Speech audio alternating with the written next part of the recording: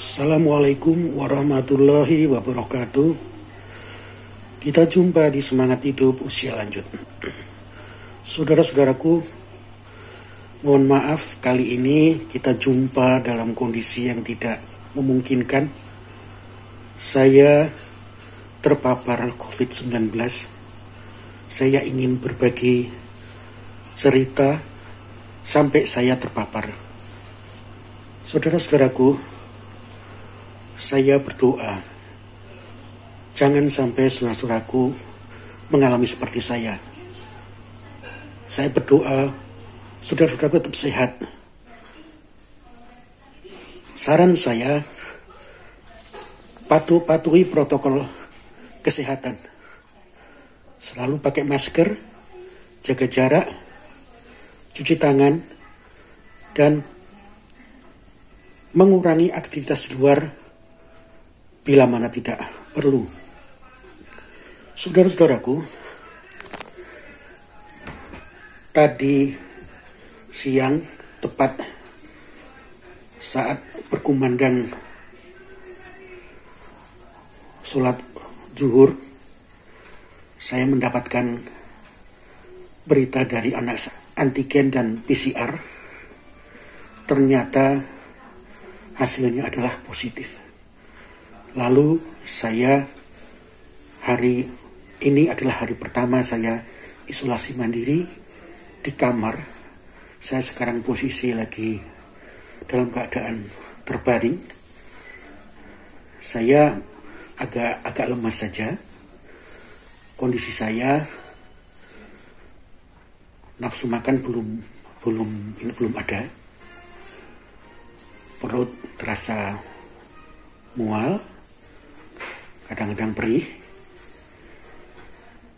Nah, badan juga terasa ngilu-ngilu, sakit. Kemudian itu berlangsung sampai hari ke-4. Nah, masukin hari ke-4, saya terasa demam, mual, perih, pusing.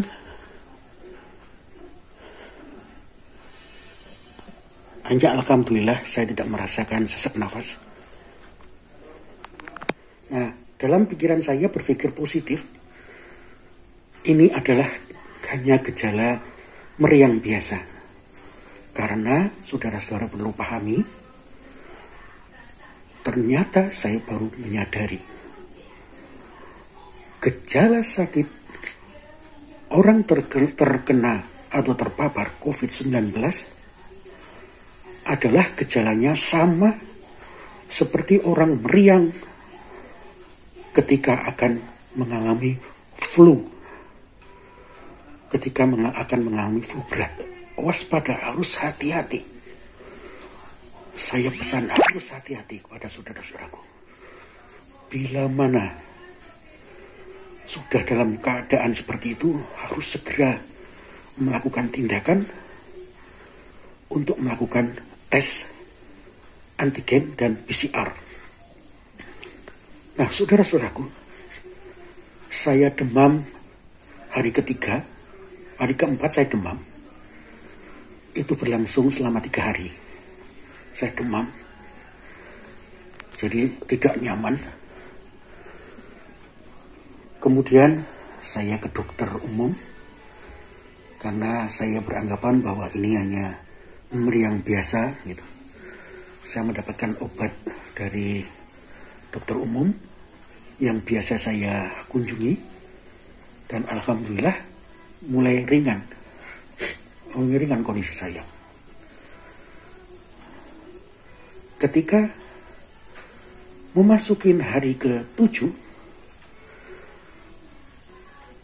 indera penciuman saya tidak bisa membaui sekalipun aroma parfum yang disemprotkan ke tangan saya. Minyak kayu putih yang dituangkan di dalam masker saya.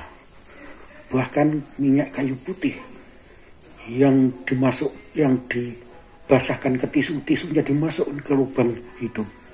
Saya tidak bisa merasakan aroma dari minyak kayu putih itu.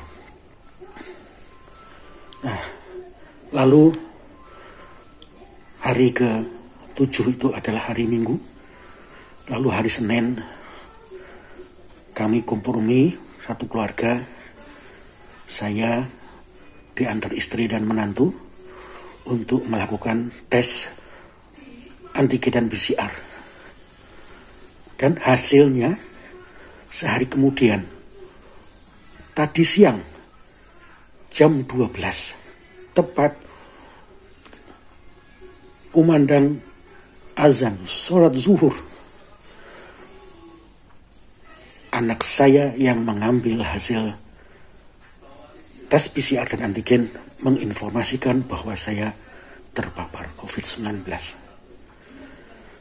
Memang ketika itu saya shock, tapi tidak terlalu berlebihan shock saya, karena sudah saya antisipasi. Dan saya berusaha untuk menenangkan hati, berdoa mohon perlindungan dari Allah. Terutama saya berdoa untuk anak-anak saya, cucu saya, istri saya, agar dijauhkan dari virus COVID-19. Tadi sore, anak-anak saya, cucu saya, istri saya, menantu saya melakukan tes antigen di rumah sakit, dan hasilnya sudah keluar. Alhamdulillah, hasilnya negatif. Saudara-saudara, ternyata sangat tidak nyaman, dan ini hikmahnya adalah sangat luar biasa bagi saya, terutama bagi keluarga saya, khususnya untuk anak saya yang laki-laki. Itu masih sangat sulit untuk diberikan pemahaman tentang bahaya dari COVID-19. Diminta untuk mengurangi aktivitas keluar, masih sulit. Mudah-mudahan dengan kejadian ini mendapatkan hikmah, anak saya yang laki-laki bisa berubah sikapnya, berubah cara berpikirnya. Saudara-saudara, saya bisanya hanya mengucap alhamdulillah, innalillahi wa inna ilaihi rajiun. Allah menguji saya dengan musibah COVID-19 yang ternyata kalau kita renungkan bahwa hidup ini adalah milik Allah, terbukti sekarang ini saya merasakan tinggal di kamar sendirian.